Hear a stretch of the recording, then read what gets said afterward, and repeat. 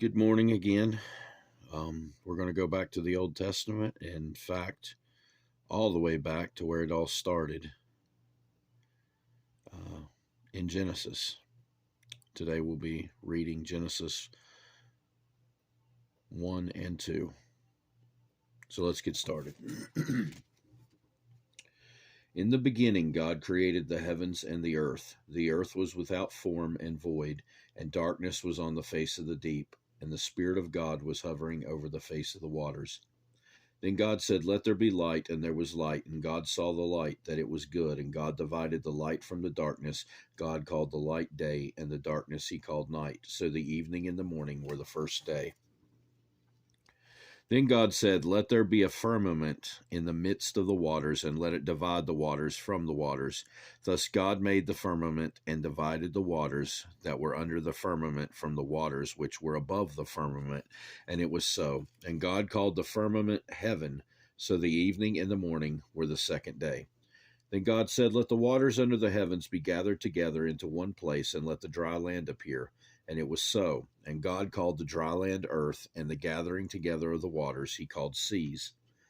And God saw that it was good. Then God said, "Let the earth bring forth grass, the herb that yields seed, and the fruit tree that yields fruit according to its kind, whose seed is in itself on the earth." And it was so. And the earth brought forth grass, the herb that yields seed according to its kind, and a tree that yields fruit, whose seed is in itself according to its kind. And God saw that it was good. So the evening and the morning were the third day.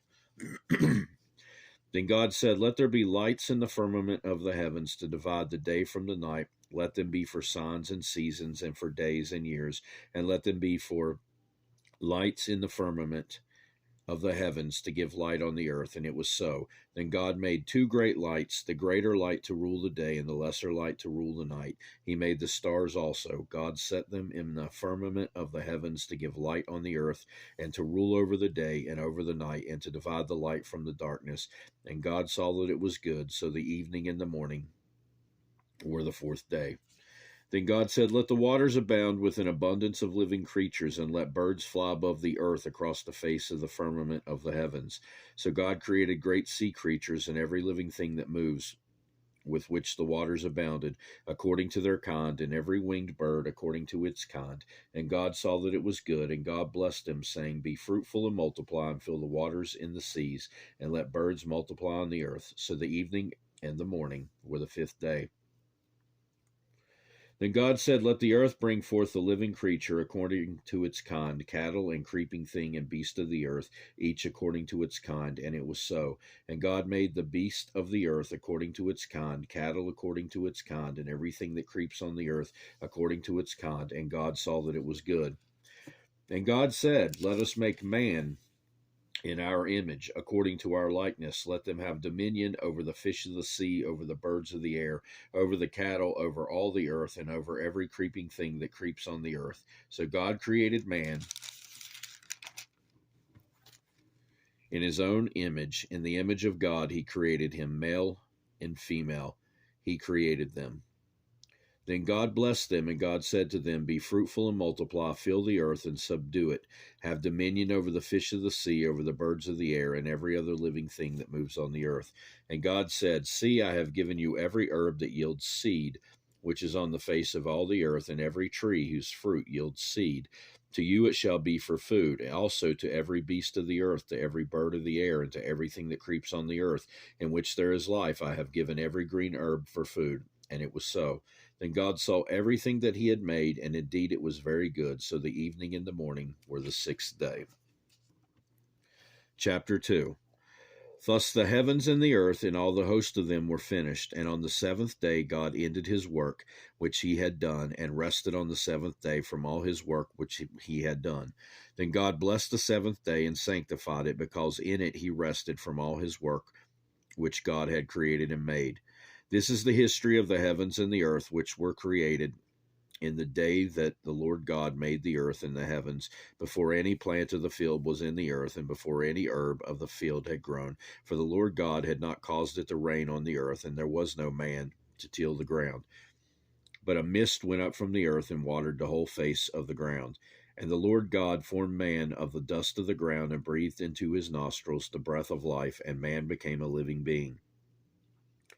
The Lord God planted a garden eastward in Eden, and there he put the man whom he had formed. And out of the ground the Lord God made every tree grow that is pleasant to the sight and good for food.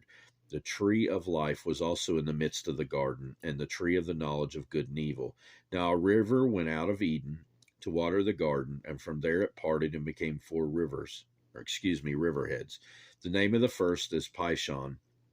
It is the one which skirts the whole land of Havilah, where there is gold, and the gold of that land is good. Bdellium and the onyx stone are there. The name of the second river is Gihon. It is the one which goes around the whole land of Cush. The name of the third river is Hiddekel. It is the one which goes toward the east of Assyria. The fourth river is the Euphrates. Then the Lord God took the man, and put him in the garden of Eden to tend and keep it. And the Lord God commanded the man, saying, Of every tree of the garden you may freely eat, but of the tree of the knowledge of good and evil you shall not eat, for in the day that you eat it you shall surely die. And the Lord God said, It is not good that man should be alone. I will make him a helper comparable to him. Out of the ground the Lord God formed every beast of the field and every bird of the air, and brought them to Adam to see what he would call them. And whatever Adam called each living creature, that was its name. So Adam gave names to all cattle, to the birds of the air, and to every beast of the field. But for Adam there was not found a helper comparable to him. And the Lord God caused a deep sleep to fall on Adam, and he slept. And he took one of his ribs and closed up the flesh in its place. Then the rib which the Lord God had taken from man he made into a woman, and he brought her to the man. And Adam said, This is now bone of my bones and flesh of my flesh. She shall be called woman, because she was taken out of man.